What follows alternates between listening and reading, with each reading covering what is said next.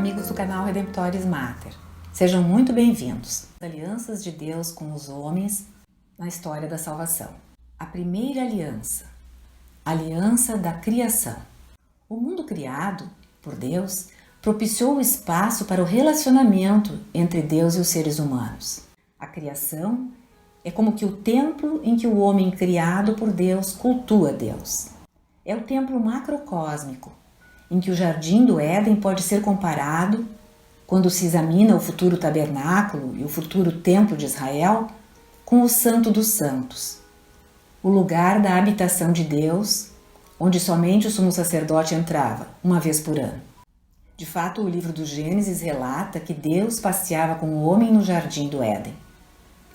Adão era o sacerdote, que guiava toda a criação a Deus, e fora chamado a cultivar o jardim e a guardá-lo, tendo domínio sobre toda a criação. Na Escritura, não é feita uma descrição explícita de aliança de Deus com Adão e Eva, mas essa aliança é implícita. Deus se coloca a cuidar deles e a trazê-los à plenitude da vida. E muitos textos posteriores confirmam isso. Livros do Êxodo, de Jeremias, da Sabedoria. É uma relação de família. Deus cria o homem e a mulher à sua imagem e semelhança como seus filhinhos, num estado de santidade original. Deus caminha com eles no jardim à hora da sombra, da brisa da tarde. E Adão e Eva nada fizeram para merecer essas bênçãos de Deus. Receberam o jardim do Éden e tudo o que precisavam para a vida e a felicidade. E receberam também autoridade como representantes reais de Deus sobre a terra e sobre todas as criaturas vivas. Deus lhes deu um mandamento como condição para continuarem a gozar de tudo isso: não comer do fruto da árvore do conhecimento do bem e do mal. Mas eles caíram em sustentar o seu lado da aliança. E aí começaram as consequências devastadoras. E podemos enumerar 7 consequências. Primeiro, a vergonha, mencionada em Gênesis 3, versículo 7, quando Adão e Eva pecaram e fizeram tangas para si, porque viram que estavam nus. E isso representa estar nus da graça sobrenatural que tinham antes. Segundo, o distanciamento de Deus, que vemos em Gênesis 3, versículo 8. Ouvindo os passos de Deus, que sempre se entretinha com eles no Éden, Adão e Eva se esconderam e tiveram medo.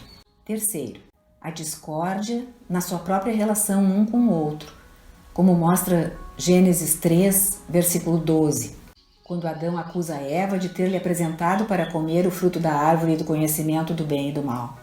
Quarto, a desarmonia com o mundo criado, em Gênesis 3, versículos 17 a 19, passagem que relata como os seres humanos passariam a comer o pão com o suor do rosto e as dificuldades que a terra passou a apresentar a eles para produzir os seus bens.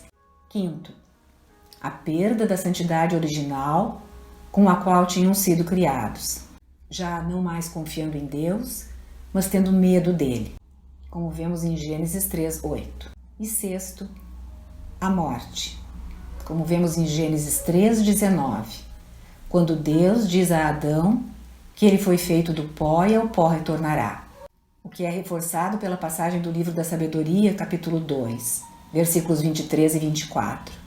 Ora, Deus criou o homem para a imortalidade e o fez à imagem de sua própria natureza. É por inveja do demônio que a morte entrou no mundo e os que pertencem ao demônio prová-la-ão.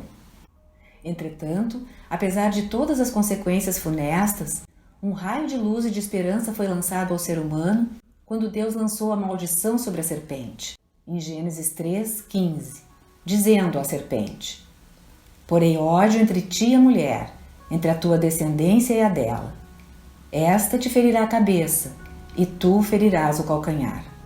Esse versículo é mencionado pelos padres da Igreja como proto-evangelho, ou seja, o primeiro anúncio do Evangelho. Numa linguagem velada, o versículo antecipa aquilo que Deus fará e o que Jesus sofrerá esmagando a cabeça da serpente, restaurando a humanidade ao estado de bênção em que Deus a tinha criado. Jesus é o novo Adão que irá a um novo jardim, o Getsêmani, onde suará sangue. Para Adão, no jardim do Éden, onde estava a árvore da vida, Deus disse que passaria a comer o pão mediante o seu suor. O novo Adão irá para a nova árvore da vida, a cruz, e cairá num sono profundo como o primeiro Adão, de cuja costela foi feita a Eva. Desse sono do Cristo e do seu lado transpassado pela lança do soldado, virá a Igreja, esposa do Cordeiro Imaculado. O fruto da nova árvore será a Eucaristia, aquela que quem comer não morrerá, como aconteceu com o primeiro casal. Ao contrário, viverá para sempre. E nós, que recebemos esta nova vida, somos chamados a renunciar a esta falta de confiança em Deus e à desobediência, e a seguir os passos do novo Adão através da fé e da obediência.